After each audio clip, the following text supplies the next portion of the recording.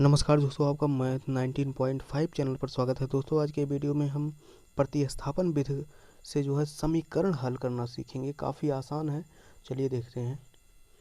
तो दोस्तों, हमने प्रतिस्थापन विधि से समीकरण हल करने के लिए दो समीकरण लिया है, दो क्वेश्चन लिया है।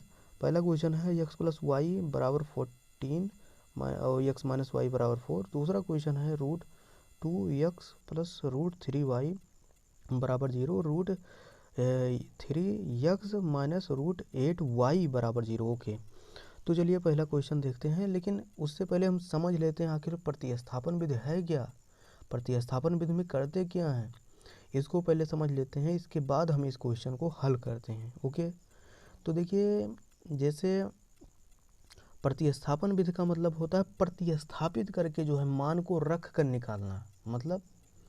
मतलब जैसे यहाँ पर दिया है क्वेश्चन, ये समीकरण 1 मान लो, ये समीकरण 2 मान लो। प्रतिस्थापन यानी यहाँ पर इससे समझ में आपको आ रहा है कि प्रतिस्थापित किया जा रहा है कुछ ना कुछ। ओके, प्रतिस्थापित तो किया जा रहा है, यानी कि इसका मतलब ये हुआ कि एक समीकरण का आप यूज करिए कि प्रतिस्थापन के लिए, दूसरे समीकरण का यूज करिए उस प्रतिस्थापित मान को अप्लाई करने के लिए। वहाँ से उस मान को निकालिए, इसके बाद उस मान को किसी एक समीकरण में रखकर दूसरे मान को भी निकाल लीजिए। इसी का मतलब हुआ प्रतिस्थापन। अब आप कहेंगे कैसे, हमको तो समझ में ही नहीं आया। चलिए हम इस क्वेश्चन में ही आपको समझा देते हैं कि प्रतिस्थापन विधि का मतलब क्या है। तो देखिए, चलिए, जैसे ये है x + y = 14, ये है, कहेंगे आप हाँ बिल्कुल है। तो यहाँ पर हम आपसे ये कह दें कि यक्स को आप प्रतिस्थापित कर दीजिए, यानी प्रतिस्थापित का मतलब यक्स को एक साइड से दूसरे साइड कर दीजिए। प्रतिस्थापन का सीधा सा मतलब यही तो हुआ, एक स्थान से दूसरे स्थान भेजिए, उसी को कहते हैं प्रतिस्थापन। पक्ष को बदल दीजिए, प्रति माने पक्ष, स्थापन माने बदल दीजिए, पक्ष को बदल दीजिए। यानी कि हम यहाँ से कह सकते हैं y = 14 - x, काम तो हो गया, प्रतिस्थापित यह हो गया मान। अब इस मान को जो पहले समीकरण से आया, ये आपको ध्यान देना है, जिस समीकरण से आप प्रतिस्थापित करेंगे उसी समीकरण में उसका मान नहीं रख सकते। प्रतिस्थापित मान को दूसरे समीकरण में हमेशा रखना होता है। ओके, तो चलिए देखते हैं। यहाँ पर हमने इसको प्रतिस्थापित किया पहले समीकरण में, अब इस मान को रखेंगे दूसरे समीकरण में। दूसरे समीकरण में पुटिंग दैट वैल्यू या y की वैल्यू कह दें, दैट वैल्यू ऑन टू, यानी समीकरण 2 में।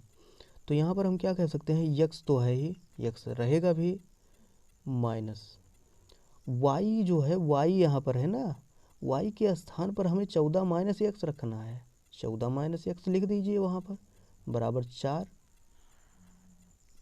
यहाँ से आपको क्या मिलेगा, x - 14 हो जाएगा, और x मतलब पॉजिटिव हो जाएगा, प्लस हो जाएगा, बराबर 4। यहाँ पर आपको क्या मिलेगा कि x और x 2x हो जाएगा, और 14 यहाँ माइनस में है, उसको उधर भेजिए, 14 और जो है 4 18 हो जाएगा। यानी x की वैल्यू आ जाएगी 18/2, यानी x की वैल्यू 9 आ गई। x की वैल्यू 9 आ गई, और आपने प्रतिस्थापित जहाँ किया है उसी में 9 की वैल्यू आप रख दीजिए। तो प्रतिस्थापित जो किया था ये है, समीकरण मान सकते हैं इसे भी, समीकरण नंबर 3 मान लें या ना माने, वो आपके ऊपर डिपेंड करता है।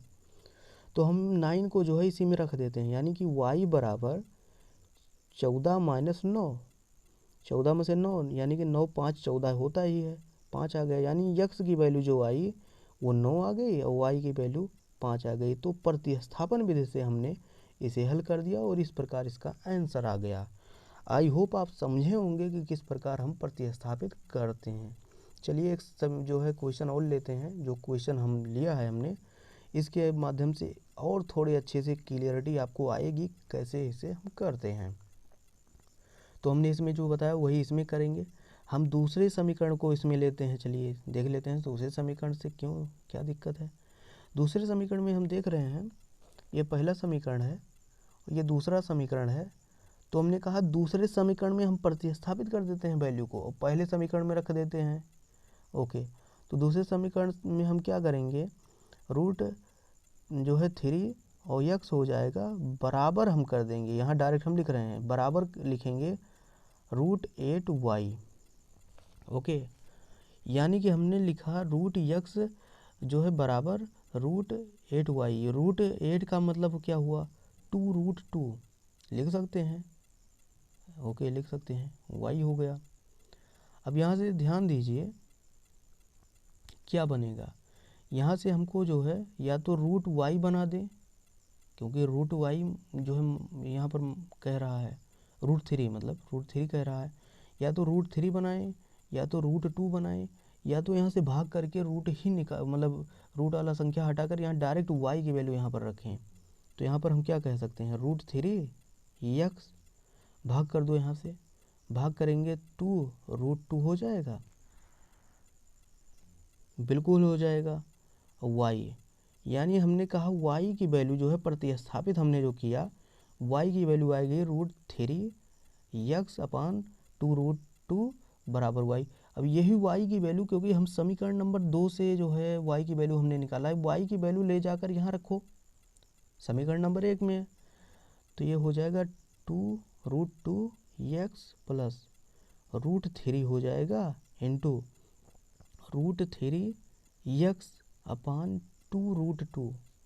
ये किसकी वैल्यू है, जो है ब्रैकेट के अंदर जो वैल्यू है ये y की है और बराबर 0 है। ओके, अब यहाँ पर आप क्या करेंगे, इसको इसमें जैसे ही गुणा करेंगे, इसको इसमें गुणा करेंगे 3x हो जाएगा, इसको जो है तिर्यक गुणा आप करेंगे, इसको तिर्यक गुणा इसमें करेंगे। ओके, तो गुणा करेंगे क्या हो जाएगा 2 और रूट हट जाएगा, यानी 2 दूना 4 हो जाएगा।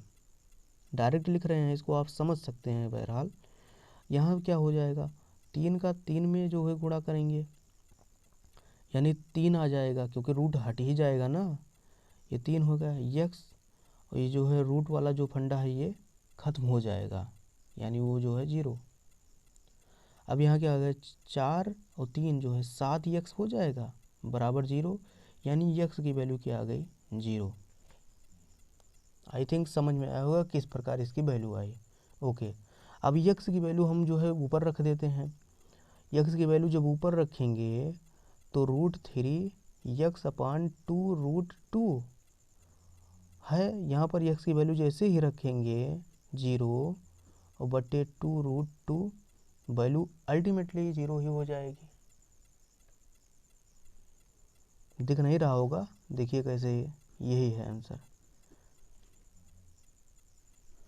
यानी हमने क्या कहा, यहाँ पर हमने यक्स की वैल्यू निकाली और वहाँ से y की वैल्यू या y की, यानी कोई भी एक समीकरण ले लीजिए, 2 समीकरण दिए रहते हैं, दोनों समीकरण में से कोई भी एक समीकरण आप लेंगे, उसमें वैल्यू को प्रतिस्थापित करके एक वैल्यू को एक साइड में, दूसरे को दूसरे साइड में, दोनों कर देंगे। वहाँ से जो वैल्यू हम लेंगे उसको फर्स्ट समीकरण में पुट करके जो है इस प्रकार हम इसे हल करेंगे और अल्टीमेटली आपका क्वेश्चन का आंसर आएगा। आई होप वीडियो पसंद आई होगी। वीडियो पसंद आई हो तो एक लाइक ज़रूर कीजिएगा, चैनल पर नए हैं तो सब्सक्राइब करिएगा। नई वीडियो में मिलते हैं, तब तक के लिए धन्यवाद।